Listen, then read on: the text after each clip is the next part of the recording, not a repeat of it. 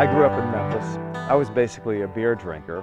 And then one day, a wonderful friend, Milton Picard, who was in his late 70s, decided that he either had to sell his wine collection or find a drinking buddy. So he tapped me on the shoulder, turned me on to these remarkable first growth Bordeaux and great California wines. I mean, from the 30s, 40s, and 50s, some of them even with $2 price tags still on the label. But I fell in love with wine. I became an absolute grape nut, and that's what I am today. Alexander Valley wasn't on the wine growing map at the time. It was prunes and plums. It was all about Napa, and quite frankly, this is now the mid-'80s. Napa was really just having its renaissance and becoming well known. So he says, I want you to come up to Alexander Valley because I found a 120-acre property. It's in foreclosure and you can afford it. And you've been looking for 2 years. Come and take a look. Drove up in my whatever kind of old car I was driving. Drove up the rickety road filled with potholes up to what was the Villa Maria winery. And oh my God, I fell in love. This was the most beautiful property. I sort of get goosebumps when I talk about this because I love this place so much. But it was the most beautiful property I have ever seen. Now, it was a wreck. The historic winery, 3-story stone and redwood winery, was in such disrepair. It was leaning sideways. It was about to fall over. There was no roof on it. The vineyards were all gone from years and years and years of neglect. But you know what? It was in foreclosure. It was beautiful. We had been looking for 2 years. We bought it. And the adventure began. It wasn't all easy because after we bought it, it was like, my God, what have we done? It took so much money, so much work just to get started, just to plant the vineyard. So we had to prioritize. What Cheryl and I did is that we dug in and we said, we are going to commit ourselves to this property and we're going to treat this like we're living in Burgundy or Bordeaux. We're going to do the best we can with this property every year and we're going to take it from its derelict state and make something wonderful out of it. First, we replanted the vineyards. We sold grapes to other wineries. Then in 1999, we hired a local winemaker and started making a little bit of wine. And we've slowly grown our production. And then about 5 years ago, we started the long process of renovating the 1880s winery. And we, being sustainable, we saved every piece of redwood. We also saved the building, which dates to 1880, and stayed within the footprint of the building and did a beautiful renovation, which is now our tasting room. We really started off with a vision 33 years ago now, and we've stuck to that vision. And quite frankly, we're not finished. We're just really sort of at the beginning of the next episode, the next chapter, if you will. This is why we call the vineyard Blue Rock. And it really defines what we're all about. It makes this vineyard very unique. In the aromas, we're getting blueberries, we're getting exotic things like rose petal, and these are aromas and flavors that you normally don't get out of a New World vineyard. When we first started Blue Rock, the idea was to create a European style of estate, and that is to be everything self-contained. It would give us an opportunity to have complete control over everything that we do. So we grow the grapes, we have our own crews, so we don't hire any outside labor, which allows us to take a vine-by-vine approach because we really know the vineyard. We make the wine here. Estate to me means not just the grape growing, but it's the bigger picture. We are growing our own gardens, we make our own compost. To me, that's what estate really means. It's this total connection and integration with this one wonderful 100-acre property every year. So I love the garden. This is probably my favorite part of Blue Rock. We have planted things that attract beneficial insects. So you have the good bugs who are being bred in the garden here, which is right in the middle of the 40-acre vineyard. And then the good bugs go out into the vineyard and they eat the bad bugs. And as a result of that, you have a natural harmonious balance and we don't have to use insecticides. So this is our compost pile. We don't use chemical fertilizers at all. The reason that we do it more than anything else is that we think it enhances the quality of the wine, whereas what we're after is the uniqueness of Blue Rock, and the uniqueness comes from the soil. So Blue Rock is a 100-acre estate, and of the 100 acres we have just over 40 acres planted.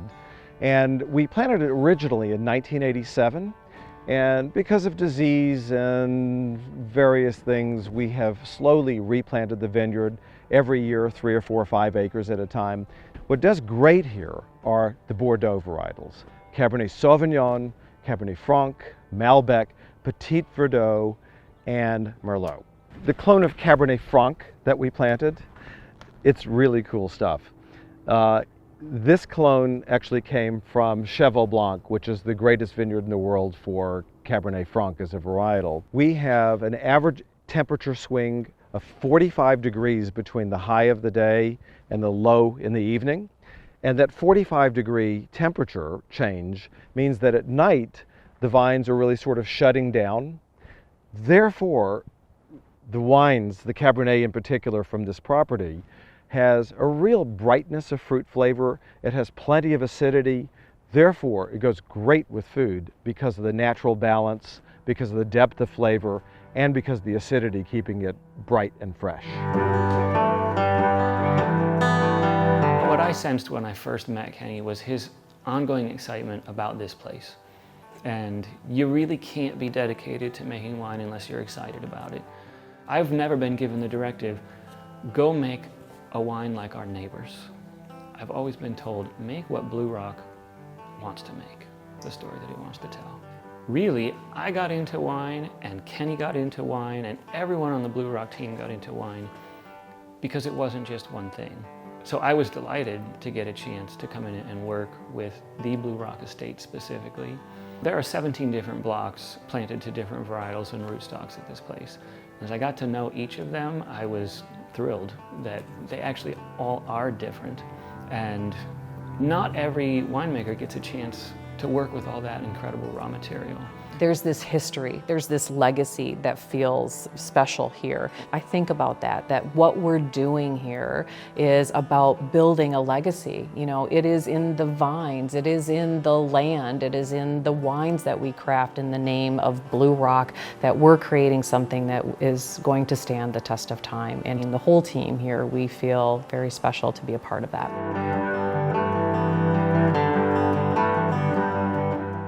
Baby Blue Blanc is a white wine that I created because we wanted a wine that would serve a variety of different purposes. On the one hand, with a white wine, you want something that's great out by the swimming pool on a hot day, just having a conversation with a friend. On the other hand, I love to cook, so we wanted something that was versatile on the table with a lot of foods. It is a Bordeaux blend, but it takes some liberties. So it is Sauvignon Blanc and Semillon, which are the classic white varietals. But then we added a little bit of Viognier just to give it an exotic twist. And so you get a little bit of white peach, and it makes it a wine that it's familiar. It's like Sauvignon Blanc, but it really does its own thing. Baby Blue is one of my favorite wines. It's a blend of the Bordeaux 5, so it's primarily Cabernet Sauvignon and Merlot, but with smaller amounts of Cabernet Franc, Malbec, and Petit Verdot. And then we put a little bit of Syrah from the estate, which gives it a beautiful perfume and some round flavors. The success of Baby Blue is that it's very versatile.